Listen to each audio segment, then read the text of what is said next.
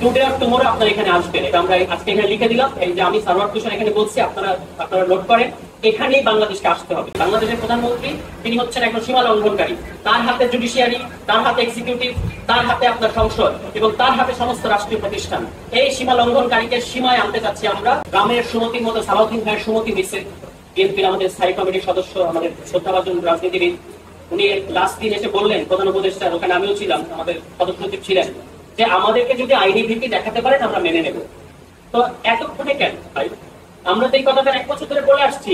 জাতীয় নাগরিক কমিটি পর্যায়ে থেকে বলেছি। আপনারা দেখেন আমাদের জাতীয় নাগরিক কমিটির পর্যায়ে কি প্রস্তাব করেছিলাম আমরা, যে গণপরিষদ কাম পার্লামেন্টে আসতে হবে এই সংস্কারকে। টুডে আর টুমোরো আপনারা এখানে আসবেন, এটা আমরা আজকে এখানে লিখে দিলাম। এই যে আমি সারওয়ার তুষার এখানে বলছি, আপনারা নোট করেন। এখানেই বাংলাদেশকে আসতে হবে। এখন তারা নেপালের উদাহরণ দেয়, যে নেপালের মতো অন্তর্বর্তী সরকার গঠিত হয়েছে, কই তারা তো সংবিধান পরিবর্তনের কথা বলে না, তারা তো নির্বাচনের তারিখ ঘোষণা করে দিয়েছে। কি মজা! আরে ভাই, ওনারা তো এই যে গণপরিষদ গঠনের একটা পেইনফুল জার্নি 2008 থেকে 2015 এই জার্নি অলরেডি সম্পন্ন করেছে। আমাদেরকে তো আপনারা ওখানে যেতেই দিচ্ছেন না। নেপালে তো 2008-এ একটা গণপরিষদ গঠিত হয়েছে, ওটা সংবিধান দিতে পারে নাই, 2012 সালে ভেঙে গেছে, আবার তারা গণপরিষদ করেছে এবং 2015 সালে সংবিধান হয়েছে। ফলে এখন তো তাদের ক্রাইসিসটা সংবিধান নিয়ে না, আমাদের ক্রাইসিস হচ্ছে সংবিধান নিয়ে, এবং খুব ডিপ ক্রাইসিস। যেটা যুব শক্তির আহ্বায়ক তরিকুল বলেছেন, যে এই সংবিধানের ভেতর থেকেই বারবার মিলিটারি শাসন আসে, বারবার জরুরি অবস্থা আসে, এবং এই সংবিধানের মধ্যে এমন ভাবে পাওয়ার ইমব্যালেন্স করা হয়েছে, এমন ভাবে সমস্ত স্পেস, সমস্ত রাষ্ট্রীয় প্রতিষ্ঠানকে দখল করা হয়েছে, যে আলটিমেটলি আপনি এই অতি ক্ষমতার ভারে আপনি তো করবেনই, এবং আর কোন রাজনৈতিক দল যেহেতু নাই, অনেক মিলিটারি ক্ষমতায় আসবে। বারবার এটা ঘটেছে। কেন এই গণঅভ্যুত্থানের পরে আমাদের 1/11 নিয়ে ভয় পেতে হবে? এখনো কেন 1/11 গুঞ্জন? এই কারণে, যেটা মরহুম বদরুদ্দিন উমর, আমরা তাকে শ্রদ্ধা করি, কিছুদিন আগে তিনি মারা গেলেন, তিনি কিন্তু প্রফেটিক কাজায় বলে গিয়েছিলেন যে পারপেচুয়াল স্টেট অফ এমার্জেন্সি, একটা অনন্ত জরুরি অবস্থা তৈরি করবে 72 সংবিধান।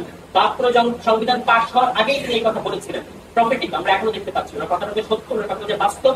এখনো দেখেন নানা ধরনের আলামত, নানা ধরনের তত্ত্বাবধায়ক সরকার গঠন করা হবে।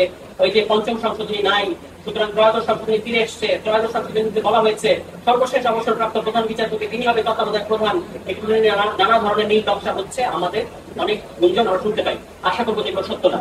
কথা খুব পরিষ্কার, দুটো কথা বলে শেষ করি। 1, ডক্টর মোহাম্মদ ইউনূসের সরকারের অধীনে আগামী সুষ্ঠু নির্বাচন হতে হবে, অন্য কোনো অ্যারেঞ্জমেন্ট বাংলাদেশের ছাত্র জনতা মানবে না। 2, ডক্টর মোহাম্মদ ইউনূসকে বাংলাদেশের জনগণ সংস্কার করার ম্যান্ডেট দিয়েছে, যে মানে একদম কি বলবো, একটা হালকা পাতলা প্রোক্লেমেশন আপনারা করলেন সেদিন ওখানে। ওই প্রোক্লেমেশনের 22 ধারে আপনারা বলেছেন যে আমাদের সংস্কার করার ম্যান্ডেট আছে। ফলে ওইটার মধ্য থেকেও আপনারা সংস্কার করার সিদ্ধান্ত নিয়ে যাবেন, এবং ইলেকশনের আগেই সংস্কার হতে হবে। আমরা বলেছি যে গণপরিষদ কাম পার্লামেন্ট হবে। সারা দুনিয়ার এরকম বহু উদাহরণ আছে যে কিভাবে গণপরিষদ এবং পার্লামেন্ট একসাথে করা যায়। আমরা বলেছি 1-এর ভিতরে 2। যেহেতু আপনাদের অনেক তাড়াহুড়া, যেহেতু গণপরিষদ নির্বাচনের পরে, সংবিধান প্রণয়নের পরে একটা সংসদ নির্বাচন আপনারা করতে দেবেন না, সুতরাং একটার মধ্যে 2টা হবে। এক নির্বাচনের মধ্য দিয়ে গণপরিষদ গঠিত হবে এবং পার্লামেন্ট গঠিত হবে। যারা গণপরিষদ সদস্য তারাই সংসদ সদস্য, এবং একই সাথে গণপরিষদ চলবে, সরকার তার মতো কাজ করবে। যখন গণপরিষদ আপনি 120 দিনের মধ্যে সংবিধান বানিয়ে ফেলবেন, তারপর গণপরিষদ বিলুপ্ত হয়ে যাবে। এটা তো ক্লাস 5-এর অঙ্কের মতো করে সহজ করে বুঝিয়ে দিলাম, আর কিভাবে বোঝানো যাবে? সুতরাং এই রাস্তায় আমাদেরকে যেতে হবে। আপনারা এটা আটকাতে পারবেন না, আজকে যেতে দেবেন না। এটা 2 বছর পরে এখানে যাবে বাংলাদেশ, 3 বছর পরে এখানে যাবে। এই 72 সংবিধান আপনারা যদি টিকিয়ে রাখেন, এই সংস্কারকে আবারও সাংবিধানিক ধারাবাহিকতার ভেতরে ঢোকাতে চাচ্ছেন, আমরা আপনাদেরকে হুঁশিয়ার করতে চাই যে আবারও বাংলাদেশে গণঅভ্যুত্থান ঘটবে যদি আপনারা এই সংবিধান বদলাতে না দেন। কারণ এই সংবিধানের ভেতরেই গণঅভ্যুত্থান ঘটার সমস্ত শর্ত রয়ে গেছে।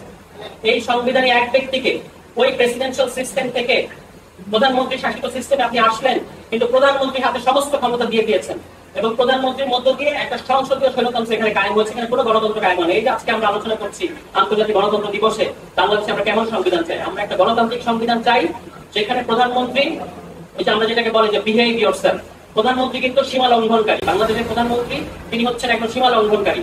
তার হাতে জুডিশিয়ারি, তার হাতে এক্সিকিউটিভ, তার হাতে আপনার সংসদ এবং তার হাতে সমস্ত রাষ্ট্রীয় প্রতিষ্ঠান। এই সীমা লঙ্ঘনকারীকে সীমায় আনতে চাচ্ছি আমরা। এটাই হচ্ছে গণতান্ত্রিক সংবিধানের ডিজাইন। সে কারণে আমরা বলেছি আপার হাউসে পিয়ার হতে হবে। সংরক্ষিত মহিলা আসনের মধ্যে করে কোনো আপার হাউস আমরা মানব না। এবং দ্বিতীয় কথা হচ্ছে যে আপনার সমস্ত যেগুলো সাংবিধানিক এবং রাষ্ট্রীয় পদ আছে, এগুলোতে নিয়োগের জন্য মানে সাংবিধানিক একটা প্রতিষ্ঠান তৈরি করতে হবে। এনসিসি আপনারা মানেন নাই, ঠিক আছে, অন্য কোনো সাংবিধানিক কমিটি হবে। এই অ্যারেঞ্জমেন্ট গুলো মেনে নিতে হবে। সবচেয়ে ইম্পর্টেন্টলি এমন ভাবে আমাদেরকে এই সংবিধানটা বদলে দিতে হবে যেখানে জনগণ হচ্ছে সংবিধানের ব্যাপারে সিদ্ধান্ত নেওয়ার মূল এখতিয়ার প্রাপ্ত, যেটাকে আমরা বলি যে কনস্টিটিউয়েন্ট পাওয়ার বা গাঠনিক ক্ষমতাটা জনগণ পার্লামেন্টের ক্ষমতার মধ্যে দিলে, পার্লামেন্ট একটা তার কাছে একটা অ্যামেন্ডিং পাওয়ার থাকে, সংশোধনের ক্ষমতা থাকে, যেটা চাইলে বাতিল করে দেওয়া যায়। কিন্তু যখন জনগণের ক্ষমতায়, জনগণের উপর ভর করে আপনি সংবিধান পরিবর্তন করবেন, সেটা গণভোট হোক, সেটা গণপরিষদ হোক, সেটাকে কিন্তু সংসদ বাতিল করতে পারবে না।